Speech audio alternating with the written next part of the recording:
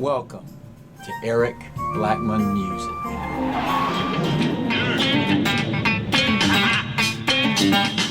All the folks around South Atlanta said Amos was a hell of a man. He could trap the biggest, the meanest alligator, and he's used one hand.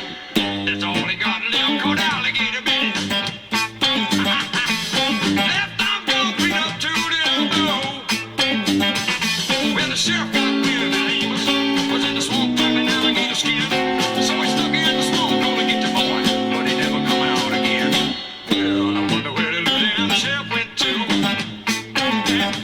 Well, you can sure get lost in the Louisiana bayou. About 45 minutes southeast of Louisiana. There's a cat called Dogville South and his pretty wife Hannah.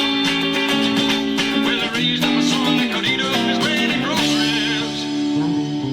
Named him after